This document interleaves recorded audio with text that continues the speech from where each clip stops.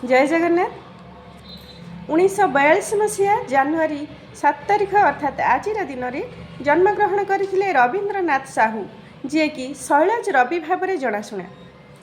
साहित्यिक भाव में से ओडिया रे कविता, लोकविद्या, साहित्य तत्व और कला संपर्कित तुलनात्मक प्रबंध आदि रचना करछन्ति। से मध्य जड़े चित्रशिल्पी भाव में अनेक पुस्तकर प्रच्छद आंकिछन्ति।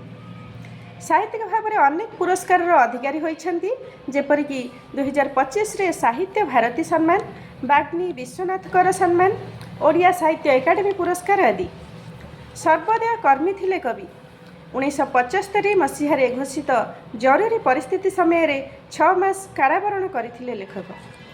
तांको लिखित कविता पुस्तक मध्यरे निर्वाचित कविता मिछुआ गाइयाळ टोका, मला पूर्वरु गाइथिबा गीत, दारू, पाठक निर्वाचित 40टी कविता, पाषांड सती इत्यादि।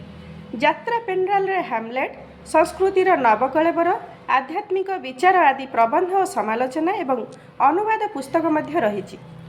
तांकर मिछुआ गाइयाळ टोका, मला पूर्वरु गाइथिबा गीत कविता संकलनर गोटे कविता मुहूर्तर 4 छक।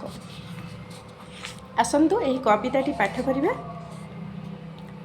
एमिति भी मुहूर्त आसे, एमिति भी मुहूर्त आसे, अफसोस हुए जीवन को उपभोग करने को जमा गोटाए जीवन अच्छी बोली। एमिति भी मुहूर्त आसे, हस माड़े, फुस करी जली जाई पारुथिबा निया लगा जीवनटा कुहुळुछि गुमुरी गुमुरी।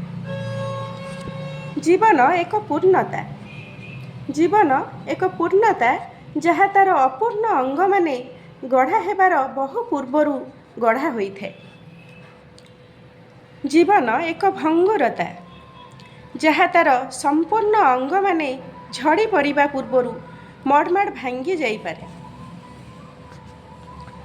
जीवन केवल सेया को हाथ धरी साथी रे नहीं जाए, जहाँ चला बाटरे बारंबार आसे मुहूर्तर 4 छकी। जेउठी एक संगे देखी हुए सूर्योदय और सूर्यास्त, मध्याह्न और मध्य रात्रिर एकायन। जीवन सेया को हाथ धरी नहीं जाए, आउ देखाई दिए पूर्ण आउ पूर्णतार परम मैथुन्य, पूर्ण आउ पूर्णतार परम मैथुन्य।